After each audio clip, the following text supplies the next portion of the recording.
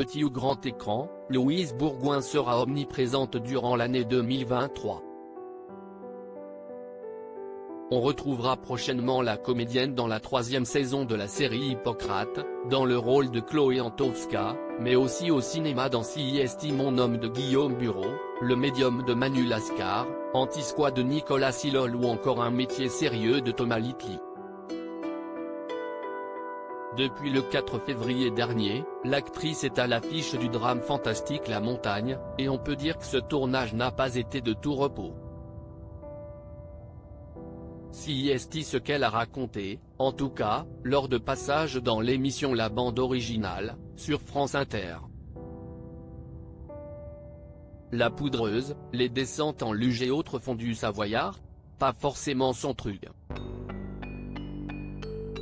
Je n'étais jamais allé de ma vie au sport d'hiver, je ne sais même pas skier, explique Louise Bourgoin.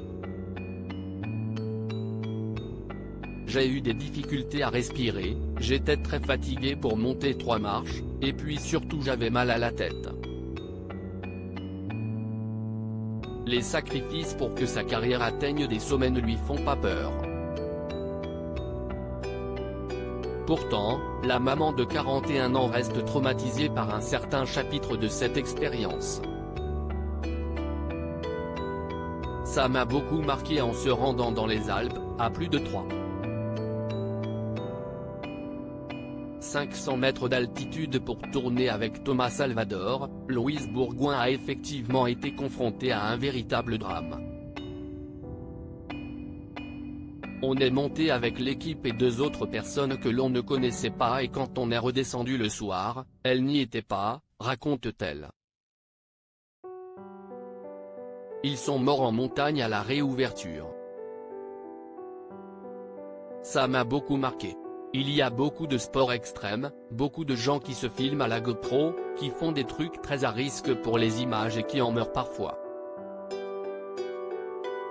En compétition lors de la dernière édition du Festival international du film fantastique de Gérardmer, en janvier 2023, le long-métrage de Thomas Salvador raconte l'histoire de Pierre, ingénieur parisien, qui se rend dans les Alpes pour son travail.